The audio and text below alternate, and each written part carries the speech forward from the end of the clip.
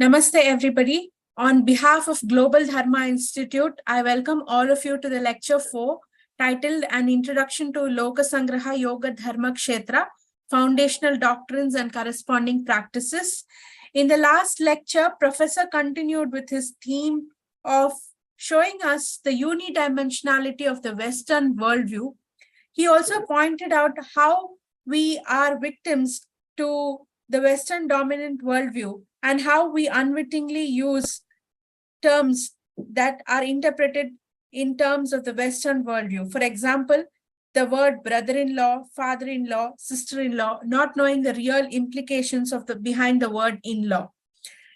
Professor also contrasted the Western worldview, the defining characteristics of the Western worldview and the Vedic worldview.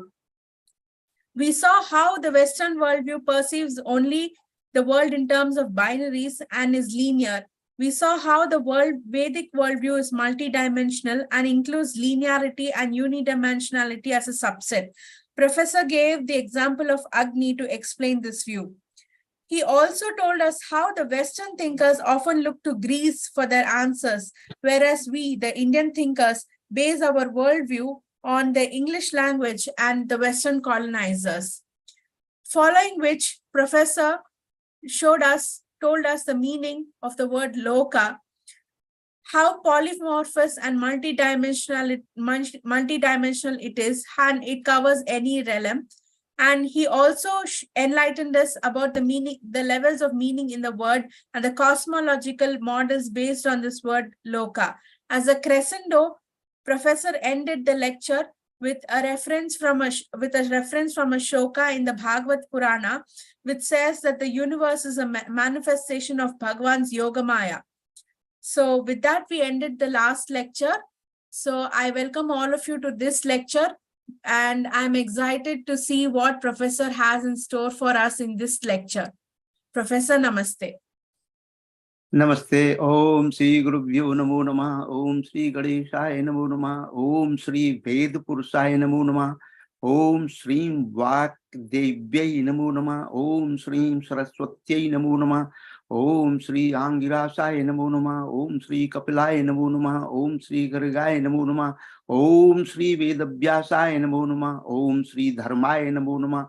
Om Sri Matra Shaktiyai Namo Namah. Om Sri Radha Krishnabhyam Namo Namah. And my humble namaskar to all distinguished audience. My gratitude to Sri Rajiv Parma ji and Shruti ji for providing such a platform and guiding and helping for coordinating such activity. Thank you all, and we will have a wonderful journey. So let's continue our discussion and exposition of the Vedic worldview in different dimensions. And this is, I talked about, say, journey. It's actually Tirthayatra that we are all going to take together and sing the songs and mantras of our ancient rishis.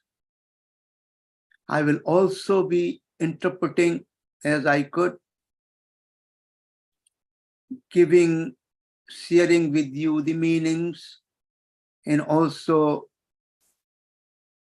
try to sing some new songs which may help us to understand the ancient wisdom in contemporary perspectives. So let's take this Tirthayatra together. I would request the audience, please widen your horizon of the consciousness, Chetana Jagat, and please focus on the language, the ideas that I try to present. And I think it should be very enriching and experiential to all of us.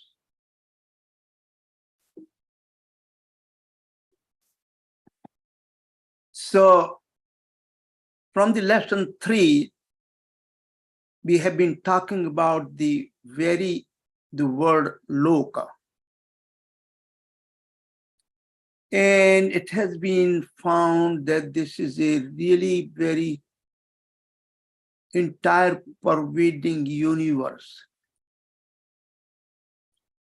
Brahman, Atman, Akash, Vayu, Agni, Jalam, Prithvi are called Dhatu because they pervade the whole body and keep on holding it. They are the Lokas. From them, mobile and immobile are born. Yajurved Samhita. Recent studies in performing arts and ritual arts of India have amply shown that Loka is the eye to see the whole tradition. It's a continuous flow of creative active consonance with the worldview of timeless Bharati tradition. I'm providing additional examples of the term Loka. Mantralok, Tantralok, Yantraloka, Natyaloka, Sangeeta Loka, Sahitya Loka, Rajnetik Loka, Sports Loka, Manovigyan Loka, Business Loka, Medical Loka, Mass Media Loka, Agyan Loka, Mrityu Loka. Each scientific and humanities field can be designated as a Loka. For example, the audience I call the Srota Loka, and a speaker I call the Bhakta Loka, because each one of the entities have assembled together with their own personalities, with their own experiences, containing their own internal Loka. And now they are going to interact with each other's Lokas. So the Loka really comes out to be very, very important empirical idea, which is pervading as the Brahman or Atman. Give you another example. This is the bird making nest. If you look at the natural world around, every creature makes his or her own world, just like this nest. Graha, ghar, home.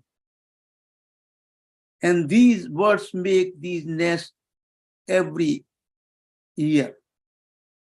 This is their home. They have no schooling, no teacher.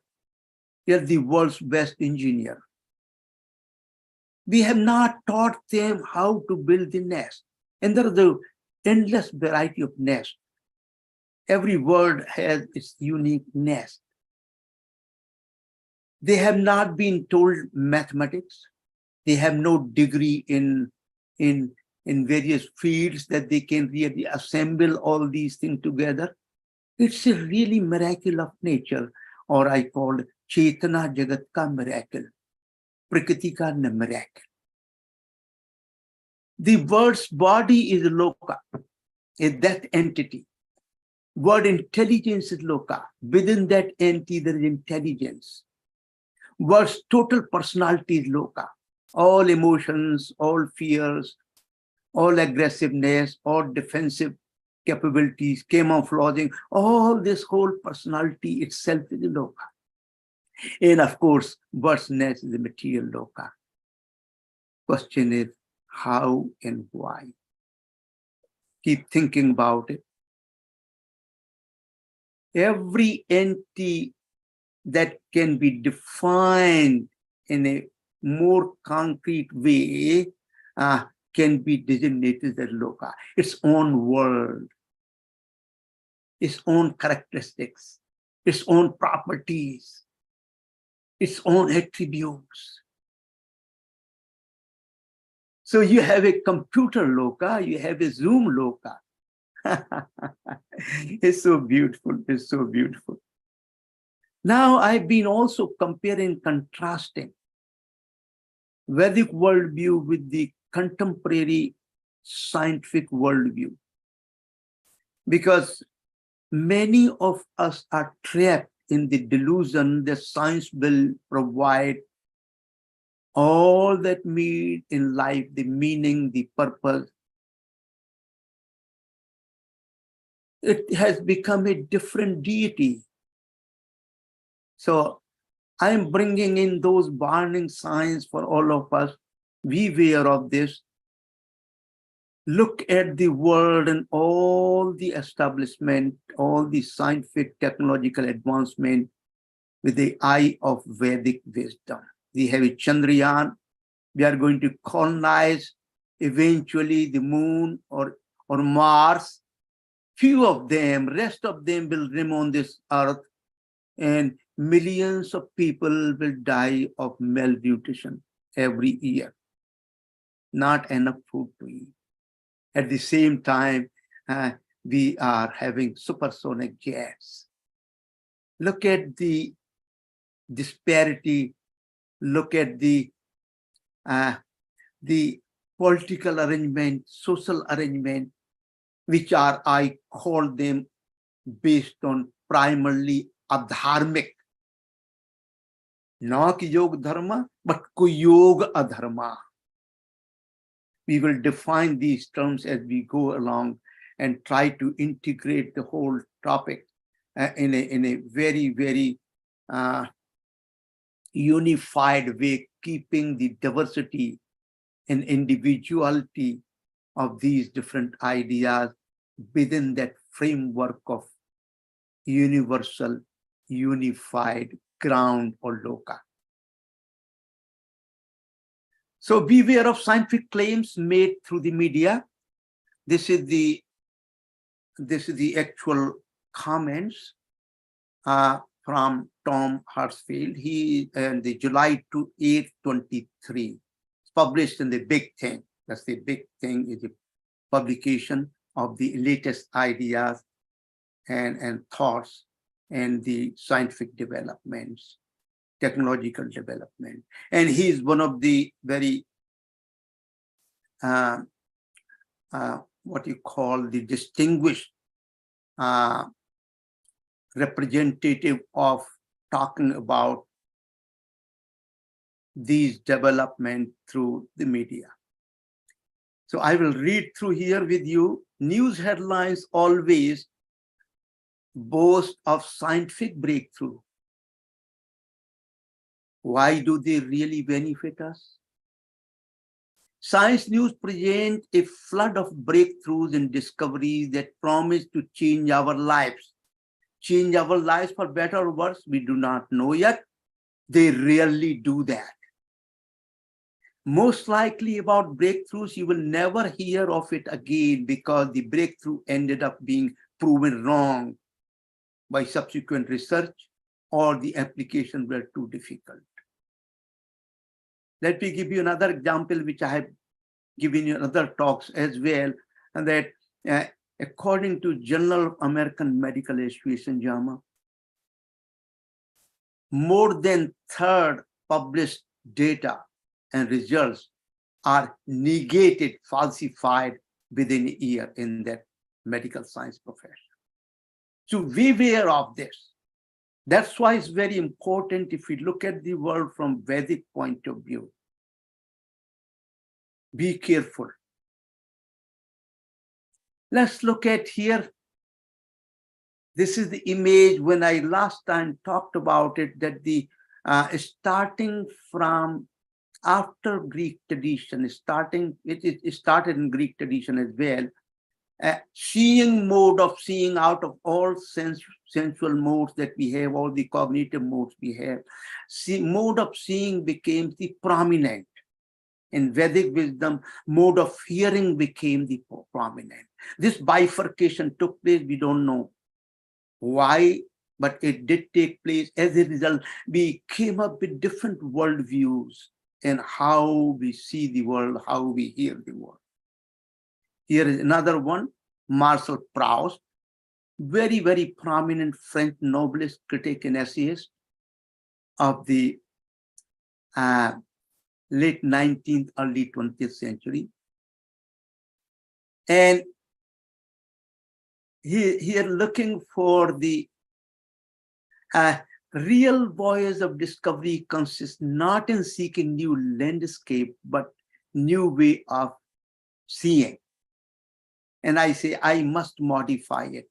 Consists not only in seeking new landscape, but having also new eyes.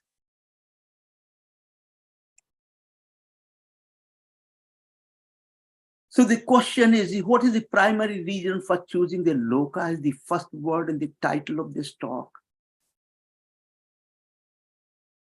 And the answer is given here. The anti-Loka, with all its meaning, is pervading the entire cosmos. Just like the Akshar Brahman, Paramatman, or Purushottam, and also in all the entities are interconnected and actively interrelated in the world. What is Akshar Brahman? The Akshar Brahman, Bhagavan Purushottam, is the source, foundation, and hidden force and power behind the existence as well as non-existence. And he is the transcendent divine being beyond time and space. So the two entities very much run parallel in their attributes, in their description, in their power, in their beauty, in their mystery. Akshar Brahman, concept Loka. I will ask you a question in this talk or in this class, starting with the Lokasamgraha. Why there are such entities? And what is the relation between them? So if I will answer that question after you ask the question later on question answer session. Let's look at the very, very wonderful, unique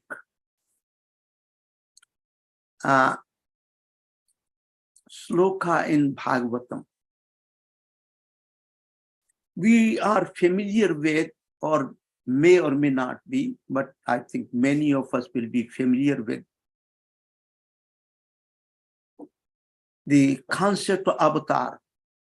8 avatar, 10 avatar, 20 avatar, 30 avatar.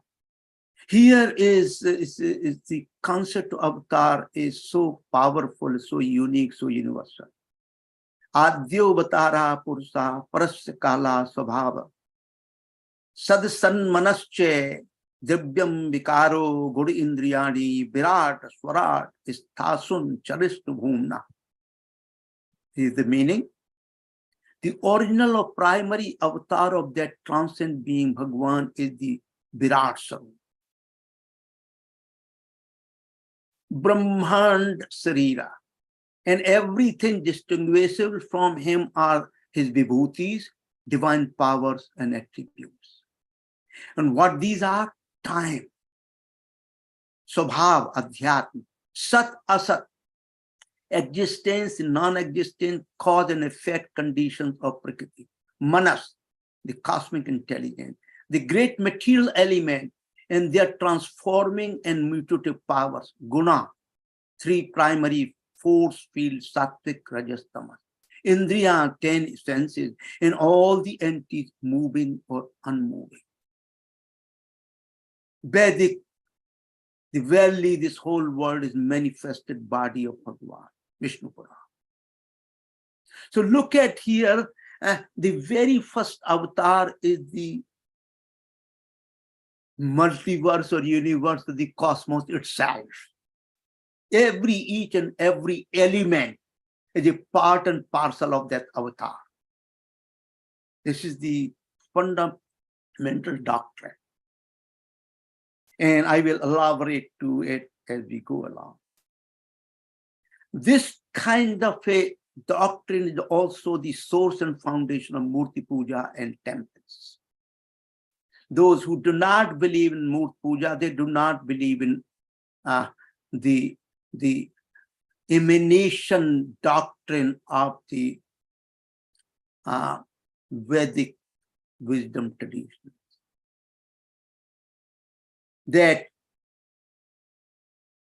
the emanation is the concept that I will go and later on talk.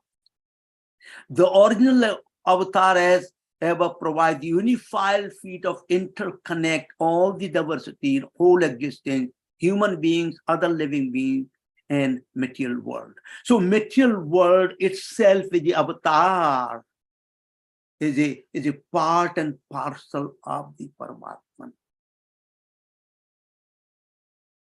This Virat Purush Swarup can also be found in Vedas, for example, Rig Veda 1090 or and 10:129. Angkor Wat is the Brahat Vishnu Loka. The original Hindu name in archaeological wonder of the world, Param Vishnu Loka, rightly said it should occupy the top places in the 7 new wonders of the world. Dr. Uday Dokra. This is from the what you call the Om Tad Vishnu Param Padam Sadpaschanti Surya. This is the Angkor Wat, the ancient largest complex in the world. So the mandir itself, the Murti Puja itself is a part and parcel of puja of the avatar or original Brahma or Paramatma. Because they are not separate. They have been differentiated, but the material world is not separate. As a result, avatar is also source and foundation of all sacredness. The field of representative sacred entities due to sacredness of Virat Swarup, Pavitrata, or due to the original source, avatar is source of all the entities we call sacred. These are representative examples. They are worthy of worship and puja. We have sacred chants, sacred scriptures, sacred books, nations, places, mountains, homes, rivers, ponds, trees, flowers, animals. For example, sacred cow is one of the very distinguished representative. Birds, reptiles, Akash, Vayu, Agni, water, Mother Earth. Their essence is within human beings. Their puja versus act of worshipping the Virat Swarup, which is the foundation of Murti Puja and temple. So when you are asked such a question by others in your friend circle or family, you can tell them, educate them that why we do worship or representative of the material elements or non-human living world, because this is the part and parcel of the same divine, actual part and parcel. And they are all, this sacredness is contained within each of the human personality, human identity. So the primary questions now, once we have talked about the Adi Avatar, what are the foundational constitutive elements of the existence and how does the human body connect and relate to the cosmos? These are the 2 primary questions, and I will provide you as answers in brief. This is the view graph if you look at the Bhagavad Gita, look at what Bhagavan Krishna says, Purushottam Purusha Prakriti. Purusha and Prakriti are part and parcel of Purushottam. So this is the apparent differentiation and separation, followed by yogic union of Purusha, Prakriti, and Purushottam. First, differentiation and separation took place, which is called the apparent differentiation separation, not actual. And then Purusha, Prakriti, Purushottam in yogic union came together to have this entire Brahman.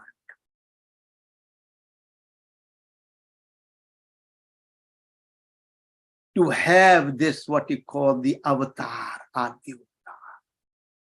So these are the constituents, Purush, Prakriti, and Purushottam, and which is sitting within the heart called Ishvara.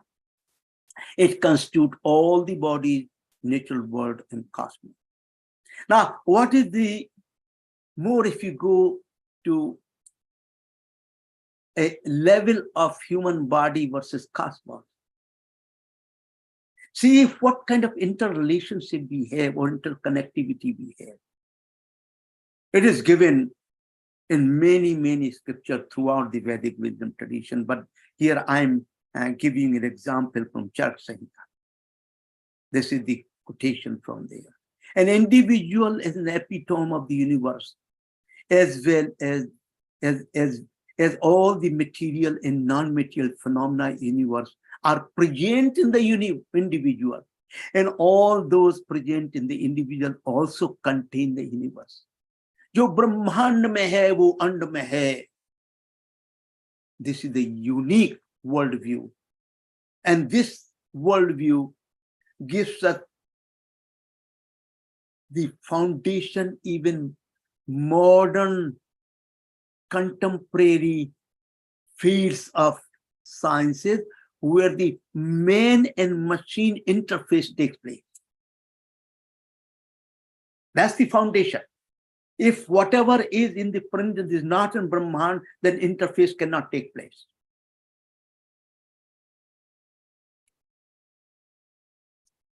So, based upon the ever most profound doctrine the human body contains, I'm giving you some insights, new insights. For example, all the elements of Mahabhuta, Akash, Vayu, Agni, Water, Prithvi, they are contained within each of human body. Many metallic substances, many non-metallic substances, they are compounds. Even many kinds of bacteria, viruses, and fungi. Electric, magnetic, sound, and chemical fields, etc. That is a long list. Whatever is out there, also within each of us. And whatever is within each of us, there is also outside of us. Can you believe that? Look at what the Russell Baylock, a very distinguished individual who has been doing a very cutting-edge research in the area of bacteria, fungi, and viruses. He said, what we have learned over the past several decades is the microorganism within the colon, which include bacteria, fungi, certain viruses called collective microbiota, play a major role in virtually every aspect of physiology and ongoing development. Because we always question about, what do you mean by jo brahmand mein hai, wo and mein? Well, even these viruses, bacteria are within each of us. Other functions of these organisms performed in the human body include reducing inflammation, inhibiting cancer, maintaining immune health, producing important nutrients, playing a role in the manufacture of bile, secreting the number of neurotransmitters, playing a major role in stress adaptation, and playing a crucial role in the brain health and development. Can you believe that? This is the modern perspective, which is really vindicating the ancient idea that rishis saw very, very through their vision of the जो अंड में है वो ब्रह्मांड में है. अगर if in the Brahmand outside the human body there are bacteria, there are viruses, then they are also within the body. But what kind of bacteria, viruses are there within the body, which provide the foundation health to every organ in the body? All other kind of bacteria which are harmful to existence of the human body are not there, but they are in the world. But in different animal world, different birds, for example, they have different kind of viruses, bacteria and fungi. They provide their health, but individual exchange between different entities may be very harmful. So they are heavy, harmful bacteria for human being, but they can be very useful bacteria for other animal species. Keep that in mind. What a wonder. How can I easily comprehend the interrelationship between the three tattva in a language of philosophy, Western philosophy called ontological reality? In our tradition, it's called tattva, Purushottam, Purus, and Prakriti. What images I can use? Because the images remain within each of us for a longer time in our memory. The words, the ideas may lose their importance and their existence within the human mind very quickly. Here are two images, very, very powerful images. One is the image of a spider and a spider web. Other one is tortoise. These two images provide us in a metaphorical way the concept of creation, which is called the emanation, Pirarso. The spider unfolds its world of activities from within by weaving a network. Spider web, World Wide Web, WWW. The web has become all interconnecting in the physical sense and also beyond physical sense, has to be imagined, have to be looked at from a web point of view. They are interconnectivity, they just like a interconnectivity of the web, and the web is the spider web is the most powerful image in the nature. It does all the activity, the spider does all the activities in this loka of web. And then if it wants to move to another location, it can swallow the web back into himself or herself and make another world at some other location. All the insects are trapped, which are trapped here, coming near to this web, they become the food. Just like all the networks, all these traps we have, what we call within ourselves, within human mind, all kinds of traps we have, all kinds of webs we wear around us, all kinds of relationship, all kinds of, what we call the some real, some artificial network or web of importance and values, and we get trapped into it. But the spider does not get trapped into it. And this is when you do not get trapped into it, but you retain your identity beyond the worldly process and world, then this is, then you are situated in Atma Yoga or Brahma Yoga. You are complete, you are within the world, but you are detached from the world. Another image is here of the tortoise. Tortoise, you see, he brings its limbs in and out, travels in the around, does all the worldly activities that you know, eating, mating, defending, living, and then it can also unfold it inside him, and it will become a one piece. Looks like it is dead. So this is another image of all the emanation. It's not the creation that you create something out of yourself, just like we are creating machines, we are creating homes.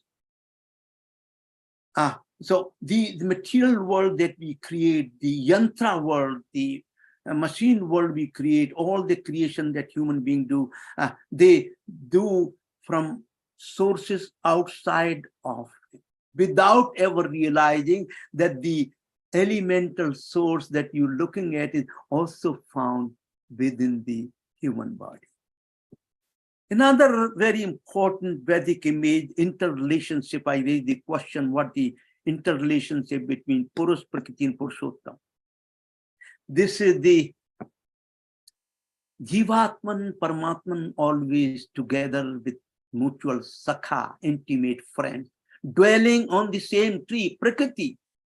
Soparna, Sayuja, Sakhaya, Samanam, Briksham, Parisaswajate. Rigved, Mundakopanishad, and many other places, this image very powerful. Tree is a representative of entire Prakriti, and fruits that you see here are representative of the phalas. We are looking for, whatever we do, are looking for the rewards, so we can really live a better life, healthy life. Yet we can also get trapped. That's why there are two birds sitting on the same tree, Paramatma and Jivatma. Paramatma is not trapped. Paramatma simply looking at, and the Jivatma is trying to taste the and eat the fruit, and it can get trapped in the world of samsara. So these are the images, very, very powerful, define the Vedic ideas about the Srishti and Sthiti. I call them Sthiti Yogadharma and Srishti Yogadharma. We will talk in later classes about what do you mean by yoga, what do you mean by dharma. So therefore, what is the Purusha?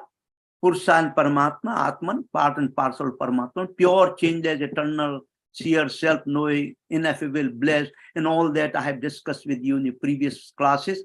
What is the nature of Prakriti? Abhyakt, the two important aspects, manifest, unmanifest. And these aspects are also now talked about in the modern physics, contemporary physics, field of physics. When we talk about the universe, they are talking about also the hidden energy, or black matter or black energy, hidden from us, hidden from the manifestation universe. Dark energy, dark matter. This is also yoni, or transcendental source of the womb. Emanation will not take place. The world will not come out until we have a Prakriti, which becomes the yoni, or the source of the womb of all the manifestation. It's a creative, dynamic matrix, web of interconnectivity and relationship. Ever mutable, ever changing, evolves the material world out of itself. It's a cyclic, non-linear, dynamic. Unified whole is hierarchical. Diversified, plural, and very complex. It goes through the cycle of existence, sustenance, and dissolution. And primary dynamic attributes or guna are sat, rajas, tam, and their mixture. So this is in brief the nature of Prakriti. Nature of nature, fundamental nature, what you see around and how does it work? What are the primary qualities and characteristics? So this is a very, very important to realize at this moment in time. One of the foundational doctrines of Vedic wisdom, which is unique and universal. The Prakriti is the creative matrix of our existence under the control of Purusha and Purushottama. That manifests through the web of yogic connectivity and interdependent relations between the divine, human, non-human beings and material world. Prakriti. Nature is the English word nature is not Prakriti, but is contained within the Prakritic field. The natural manifested world is contained within the field of Prakriti. That's very important. Natural world is not equal to Prakriti. It is contained in part and parcel of Prakriti. It is itself inexhaustible source of all inexhaustible variety.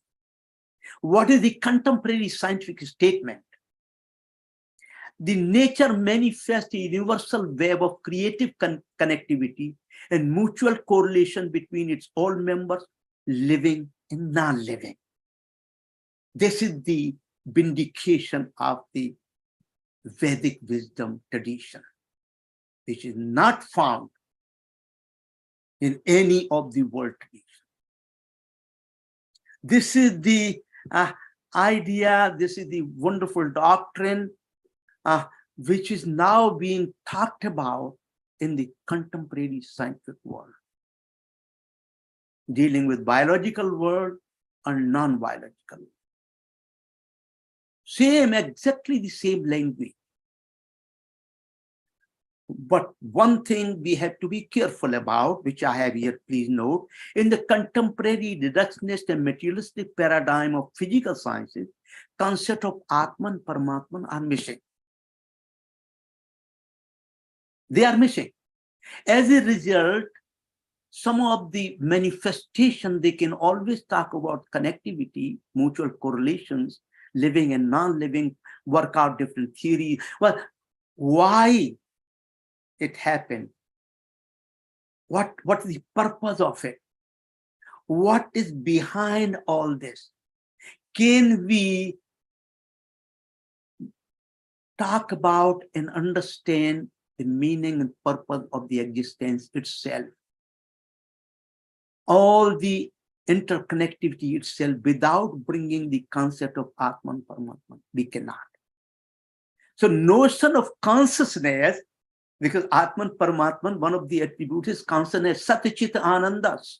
Chitta is a consciousness. Chetana is slowly making inroad. The primary reasons include the inexplicability of the strangeness observed in the world of quantum physics. So now consciousness is coming. Now, every year, there are probably tens of books are published on the consciousness is the source of existence. And Vedic wisdom go beyond one step. So not only consciousness, but Paramatman. Supra-consciousness. Look at the interconnectivity. It's a John Muir.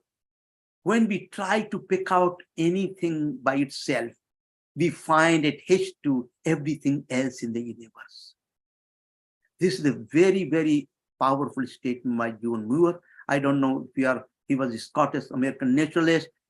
Sierra Mountains and all the national parks. He was one of the prime movers. He was one of the most vocal naturalists who forced Teddy Roosevelt to identify national forests, national monuments, the whole Sierra Mountain, their sacredness, because they are all interconnected to everything else in the universe. What a beautiful picture. I love it. What a beautiful statement, which is the statement made by people working in the modern contemporary world of science and technology.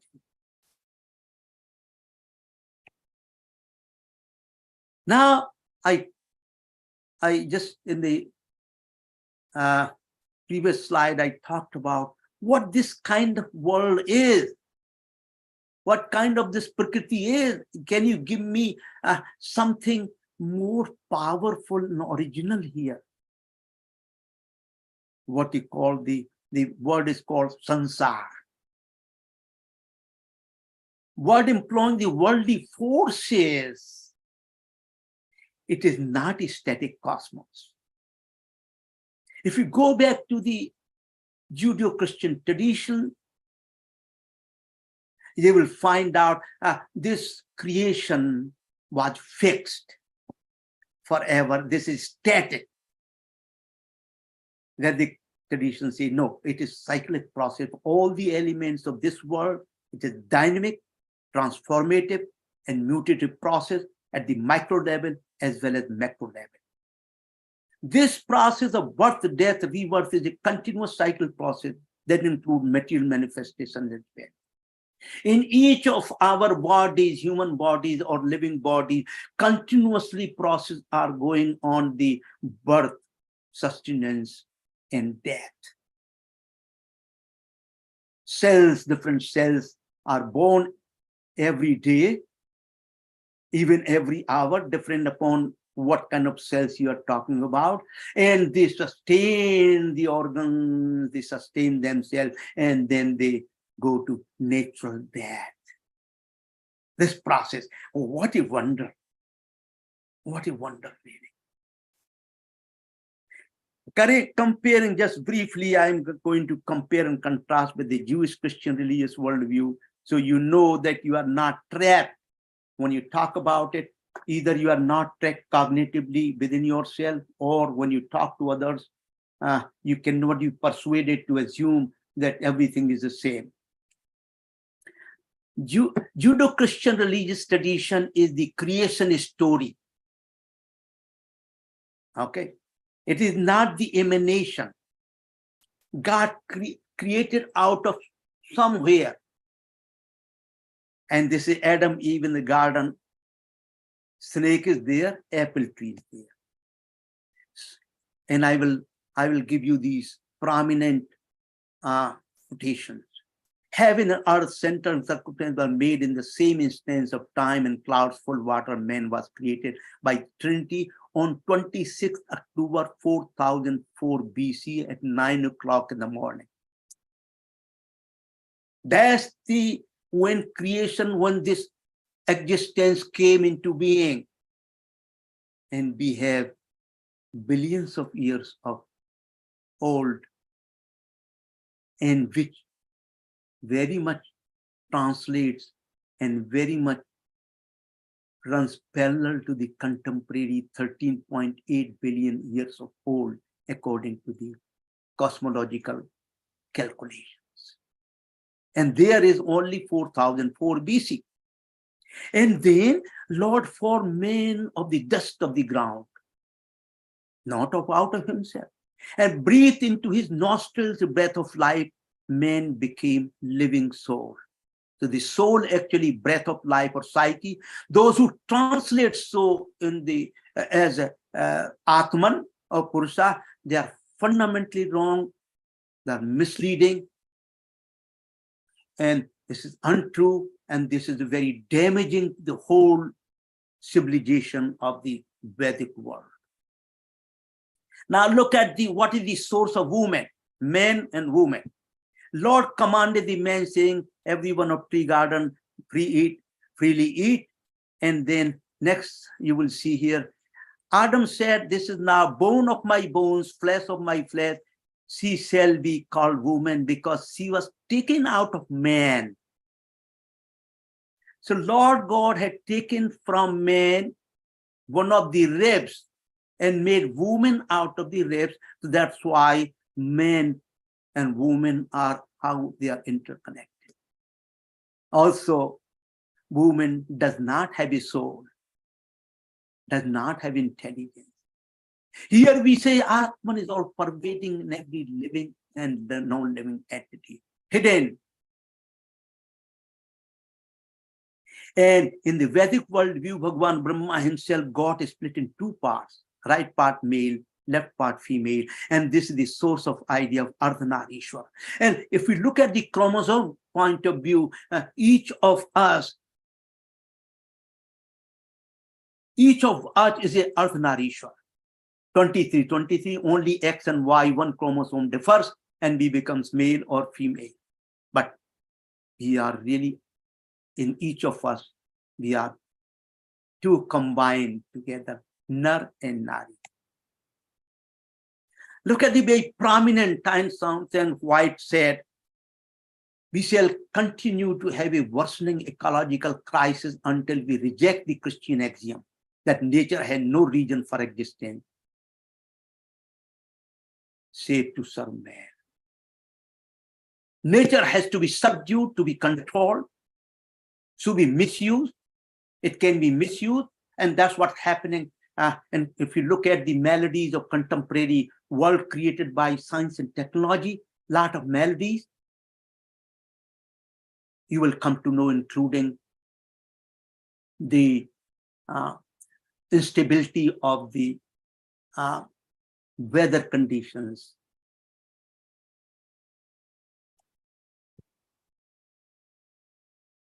Look at the Confucius philosophers. I'm comparing, contrasting very simply, very, very briefly. Having seen it is not good as knowing it. Beautiful. Knowing it is not as good as putting into practice. Very good. But I must add, putting into practice is not as good as experiencing the joy, anand, and rasbhav through audio oral faculty. Once we have put into practice, it's not enough. We had to go to another dimensions, my dear friends, my dear listeners. So concluding thoughts, Vedic worldview is ontologically fundamentally different, antithetical in many aspects to that of Abrahamic religion. Statements like all religions are same are categorically misleading, wrong, and untrue. Those holding such an opinion demonstrate their own state of deep darkness of ignorance, prejudice, or colonial slave mentality. Nature and characterization of Prakriti, that is Kshetra, multidimensional field, is being vindicated in various aspects of primary ideas emerging from contemporary scientists. Those who abuse the Vedic worldview, those who derogate and say the Vedic worldview assumed to be opposite to reason, rationality, and science and progress, this is emphatically untrue. These statements are made that the Vedic worldview against the reason, rationality, of science is a really misleading and prejudiced statement and full of dark, deep ignorance. In fact, the primary idea of Vedic worldviews are more holistic, embodying all kinds of particularity, specificity. It is deeper, richer, mysterious, universal, powerfully, more relevant than those of contemporary mechanistic material sciences. Contemporary mechanist material sciences become part of the Vedic worldview. They are one of the limbs of Vedic worldview. Later on, when I'm talking about the Sankhya Yoga, you will come to know better what I'm talking about. More and more foundational ideas will be compared and contrasted with the contemporary knowledge and perspective theory as the course move forward. As the course move forward, we will do that. And the last, we will do all the Santi mantra. Om Sahana Vavatu, Sahanau Bhunaktu, Sahaviryam Karavavahai, Tejasu Navadhitamastu, Ma Vidvasavahai.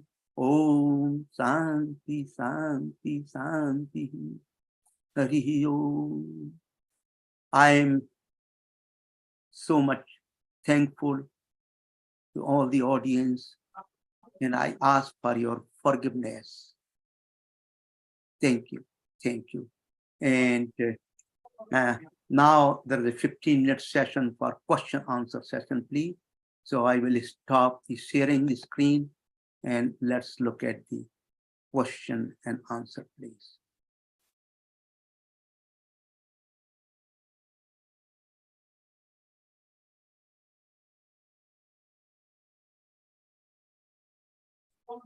Balmukund Mishra ji, you have raised your hand. You can go ahead and ask your question. हाँ uncle नमस्ते, राधे राधे। राधे राधे। ये तो बहुत ही उच्च कोटि का आपका lecture था, मुझे समझने में बहुत टाइम लग रहा है, पर मेरे पास 2 क्वेश्चंस आ रहे हैं। पहला प्रश्न ये है कि भगवान श्री कृष्ण कहते हैं कि प्रकृति उनके कंट्रोल में, माने इंटरफियर नहीं करते हैं प्रकृति को, लेकिन वो जैसा कि आप बता रहे हैं कि वो प्रकृति जो है उनके अंडर में आती है। यस। तो वो कैसे माने उनके हिसाब से, उनके तरीके से वो दोनों भाव जो है अलग अलग कैसे लग रहा है कि एक तो उनके अंडर में आती है लेकिन वो इंटरफियर नहीं करते हैं? Yes, it's a wonderful question. So let me answer this question. Is a paradoxical statement, apparent paradoxical statement. Once the Prakriti and Purush differentiated, apparent differentiation took place from Purushottam. So now they have their independent existence, that the Paramatma does not directly interfere with the world process unless this becomes out of balance. So the Paramatma only is what we call the Drashta. It does not get entangled with, but since the Prakriti and Purush are part and parcel of him, definitely they are in the control, his control. That's what happens. So, for example, if you look at the even in our daily living in the society, what happens? The constitution of, for example, look at the national level. Constitution of a country is the controlling force. It provides what you call what can be done, what cannot be done. And it is to be interpreted accordingly. What can be done, what cannot. So that document does not directly control each and every individual. What it does is provide the framework through which Rajniti or Samajniti, in penal code, all these secondary structure will be governing parameters and governing rules for the human behavior, social behavior, political behavior. But they are under control of the Constitution. They came out of the Constitution and they are still controlled by the Constitution. This is the apparent paradox. So something coming out of myself and gets independence, apparent independence, but still I am the controller, though I'm not controlling directly each and every aspect of it. So that is the simplified picture. I will, when I'm going to talk about later on, I will elaborate it on further. So this is the apparent paradox. This is not the real paradox. There are many paradoxes in Bhagavad Gita and an entire Vedic wisdom tradition.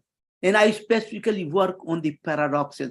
Can they be resolved? Purusa Prakriti, for example, another paradox, let me have another, your question. You have two questions? Yeah, but actually मेरा जो है इसी से related एक नया question बन गया. हाँ, बताओ. अगर प्रकृति जो है, तो मतलब जब भगवान श्री कृष्ण गीता में कहते हैं कि जब जब अधर्म का नाश होता है तब तब हम धरती पे जन्म लेते हैं, अवतार लेते हैं, लेकिन क्या अधर्म जो है प्रकृति के कारण होता है कि वो अप्रकृति के कारण होता है? यस, बहुत सुंदर प्रश्न है. द कॉन्स्टिट्यूशन ऑफ प्रकृति itself, the very existence itself, comprised of what you call the field of dharma and field of adharma, sat and asat, gyan and agyan, all together are the constitution of the prakriti itself. The existence itself consists of both the fields, I call kshetra. Depending upon and how much overlap takes place between dharmic field and adharmic field. If I represent through Venn diagram, if adharmic field becomes dominant, then it has to be taken care of. And who will? Pritradaya sadhunam vinasaya dharma sansthapanarthaya sambhavan. Then I have to intervene through coming on this planet. Direct interference. It's not the Paramatman can fix everything through his thought, not coming, not taking avatar. So this is very important when the field. So never think about that somebody, the Western tradition says either you are good or you are evil. It's a fundamentally misleading notion according to Vedic tradition. Everyone has Sat, Raj, and Tam, triplet, not two, not dichotomy, not binary, but they have three things together. Purus, Prakriti, Purushottam, Jeev, Jagat, Jagannath. Whatever is Tripati, we will talk about later on in the later classes. This Tripati has a very important consequences for the understanding of even the scientific world. When people go in trauma, it reflects there. Oh my goodness, yes. So whenever there is a out of balance, not the predetermined, like what you have the dissolution. No, when they become out of balance, which nature provides that kind of out of balance, it has built-in ingredients. Satra tam takes over the sat. Then what happens? The Paramatman has to intervene. That's why, because he is the only controller, then the controller concept comes into powerful play. He is the only controller of dharma as well as adharma. He himself becomes sat and asat. Bhagavad Gita. मैं सत भी हूं असत भी हूं, मैं सत भी नहीं हूं, मैं असत भी नहीं हूं, मैं सत असत से परे हूं. These three things together, three powerful ideas together, come out to be the total what you call tattvic swarup of the entire Vedic wisdom. Three together. All three must be set together, and they cannot be understood so easily because they transcend different boundaries and go beyond, and they go in the field of Dhi. When I'm going to talk about epistemology, later on theory of knowledge based on the Lokasamgraha Yogadharma-Kshetra, then I will elaborate further on this idea. So make sure I'm making it clear to you at this moment very briefly that all the component, the Bhagavan Krishna says, I am Sat as well as Asat. I am Dharma as well as Adharma. I am Devata as well as Dana. I am neither of them, then what you are? Beyond and above them.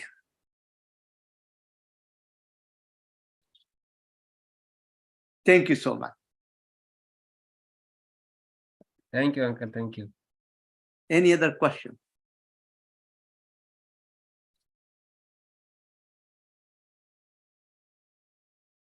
Professor, I have a question. Yes. In Sankhya philosophy, Yes. there is Purusha and Prakriti, but I'm not sure if they include a triune of Prakriti, Purusha, and Purushottam. Yeah. Oh, that's a great question. This has been bothering, people from 1,000 years, The classical Sankhya Yoga does not mention the Purushottam. Okay. If you look at the Kapil Sankhya darshan, which manifests in the Bhagavatam 3rd skandha, then you have a complete picture. Now here I can correlate with the previous question Dr. Mishra asked, that in the classical Sankhya Yoga, Purusha Prakriti, both of them together do everything. Purushottam has no role to play. So it means in this classical Sankhya Yoga, they did not take into account the Purushottam. When Krishna says, no, I do not participate at all, I'm detached totally from the manifestation, from the Srishti, then this becomes the statement corresponding to the classical Sankhya Yoga. So actually, when people talk about this is the classical Sankhya Yoga is without the Parameshwar, without Paramatman, it does not accept the existence. I do not believe there. I have a strong reason not to believe there. It simply does not mention. It does not mean it does not accept it. It simply is not mentioned there. See, the kind of theological doctrines, when they were under development in the ancient times, many things are assumed in the background, and then new ideas come into play. So really, if it does not deny the existence of Paramatman, I will accept this, except in the background. That's my brief. When we talk about Sankhya Yoga, we will discuss more about it. Okay, Professor. Thank you. Do we have any other questions? There is a comment by Dr. Rajiv Kumar. More and more information, Seven Namo Namah. Yes, Dr. Jha, your kindness, your blessing will help all of us that we can continue this journey. And also I want to request each one of you the following. Please put down your questions, comments, suggestions on the course website, and you have the reference for that course site. And also, I would request the audience, if you come forward and work with me on a topic that you have some experience with, we can work together on doing further research. And then eventually we can ask you to make a presentation of your further research on the topics that we have been talking about. So I will really strongly encourage you. I will strongly, bow down to you for this request. Please come forward and we can do, or some of your students, if they want to do some, really a work of merit, I'm willing to participate in. I will love to. So this is how we want you to expand upon whatever we are talking about here. learning through this and integrating your own experiences. This has to be taught out by you to others. That's not the end of it. When you ask difficult questions, just like, Dr. Mishra asked and Shruti asked, when you write then it becomes even more richer and more powerful for me to go deeper and deeper and deeper. You can see, oh my goodness, that's what interconnectivity is about. So this is so kind of you.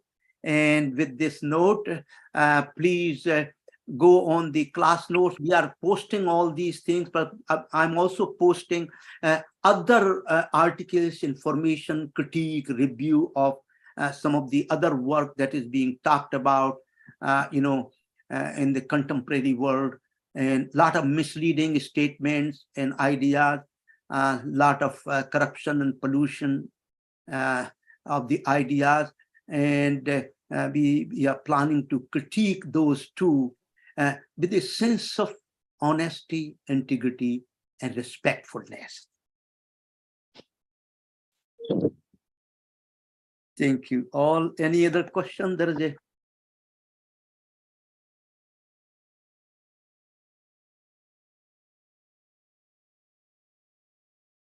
yes. If no further questions, I think we can take off from this session. And next session, when is it going to be next session? July 29, Professor. Okay. So the 29th of this month, that's Saturday, might, PST, the Pacific Standard Time of US at 8 o'clock my time. And it will have, I guess, Srutiji can confirm, it will have the same ID number and same password. Is that correct? Yes, Professor. Same. So you, till the end of the course, you can retain this password and ID, so you do not have to re-logging into, in the email and all that. So please keep that, and please keep looking at the class website. And I think you have the information, and you can ask. If you don't have, we can provide you again the information on the Google Classroom website. And please keep putting your comments, suggestions, and questions. So I then quite often I look at that website, and then I can answer those, and those will be then useful for the entire audience. Thank you so much. Any other concern or question at this time? Rajesh ji, are you there? Yes, sir. Rajiv Burma ji. Yes, I'm here. Yeah, there are so many Rajivs. I'm sorry. I love this name. There's so many Rajiv, Yes, Rajiv ji, any other information you want No, to that Sankhya lead, that needs to be investigated further. That was a very good question by Shruti. Yeah. So I think more people should come forward and investigate. I mean, as I understand, the couple million, the others who put in their work in Sankhya actually did not consider the question of some larger being or entity. They were just satisfied with Purush and Prakriti. That is correct. For their darshana. But yeah, that needs to be investigated further. Yeah. And actually, I'm going to present all these darshanas, related to Sankhya Darshana when I talk about the later on, that how we do understand the worldly process. Then I will bring both the classical Sankhya Yoga and also the Sankhya Yoga from the Bhagavatam, where you have all these entities. Oh, beautifully done. It answers all the questions. Yeah, we'll look forward to it. Thank you so much. Thank you so much to all of you, and enjoy the rest of the I think you have evening there in the India, I guess.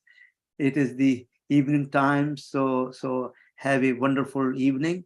And those who are in US, have a wonderful day. And namaste to all. Namaste to all. Yeah, namaskar.